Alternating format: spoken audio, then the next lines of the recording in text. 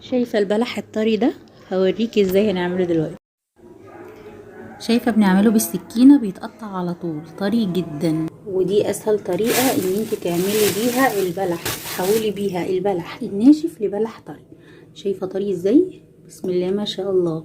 وتقعدي تدقي بقى ولا اي حاجه الله وبركاته. ازيكم يا حبايبي، عاملين ايه؟ يا رب تكونوا بخير. اهلا وسهلا بكم في قناتي وقناتكم حبي نفسك واهتمي بيها. طبعا احنا في رمضان وبنحب البلح الطري. طبعا انا بيبقى عندي بلح ناشف جايلي، فطبعا مش هقدر اقول ان انا عايزه بلح طري. فاحنا النهارده هنوريكم ازاي بنحول البلح الناشف لبلح طري. يبقى سهل ان انت تعمليه، حتى لو انت موظفه ولا حاجه ممكن لما تيجي بيبقى سهل في ان انت تقطعيه وبيدوب بسرعه، يعني ما بيبقاش ناشف لما بتنقعيه. احنا دلوقتي معانا كيلو من البلح، تجيبيه اي نوع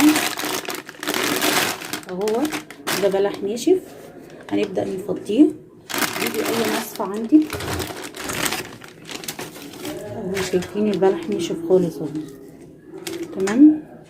البلح دوت كده نشطفه شطفه كده بسيطه، وهوريكم هنعمل ايه تاني. البلح كده بعد ما شطفته هسيبه بقى يتصفى، وهوريكم هنعمل ايه تاني. بعد ما البلح كده صفى ميته، هبدا اجيب اي صينيه عندي اهي، وهبدا اوزعه كده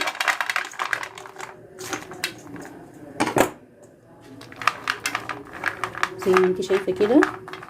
وبشغل الفرن من تحت على اعلى درجه، وبحطه على الشبكه لمده ربع ساعه، وهوريكي بعد كده هنعمل ايه. يعني احنا دلوقتي هنشغل الفرن على درجة حرارة عالية من تحت بس، مش هنولع شواية، احنا مش عايزينه ياخد وش ولا يتحمص. احنا هنولع الفرن من تحت على درجة حرارة اعلى حاجة عندك لمدة ربع ساعة. بعد ما حطيناه في الفرن بقى طلعناه، دلوقتي هنبدأ نجيب بقى مصفى تاني، بقى نفضيه تاني في المصفى. بعد ما فضيناه في المصفى كده نجيب مية سخنة كده وننزل عليه على طول. هنبدأ نجيب كيس،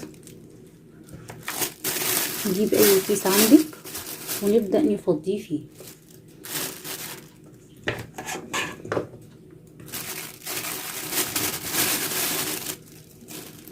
وهو سخن كده هو بيطلع بخار منه. بعد ما فضينا الكمية كلها كده وهو سخن، بنبدأ بقى الهواء منه تماما، تبدأي تقفلي عليه.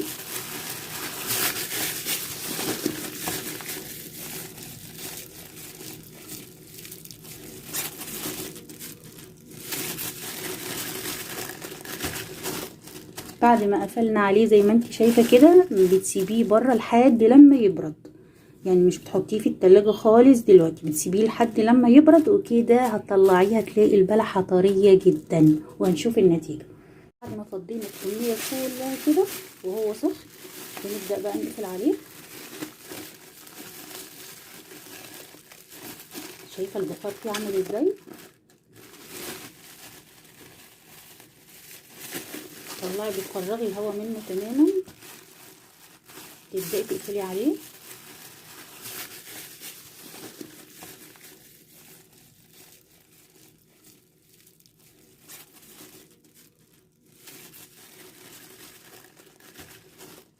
بعد ما قفلنا عليه زي ما انت شايفة كده، بتسيبيه بره لحد لما يبرد. يعني مش بتحطيه في التلاجة خالص دلوقتي، بتسيبيه لحد لما يبرد، وكده هتطلعيه هتلاقي البلحة طرية جدا، وهنشوف النتيجة.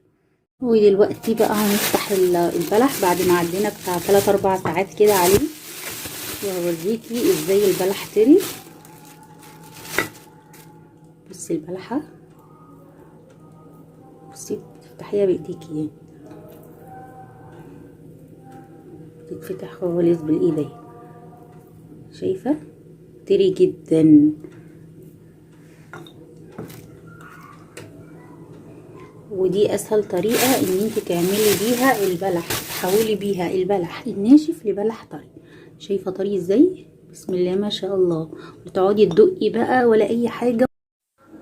البلح الطري عامة بيبقى اسهل في ان احنا بننقعه عن البلح الناشف. البلح الناشف بياخد وقت اطول، فعشان كده دوت اسهل. لو الفيديو عجبك ما تنسيش الاشتراك وتفعيل زر الجرس علشان يوصلك كل جديد، والسلام عليكم ورحمة الله وبركاته.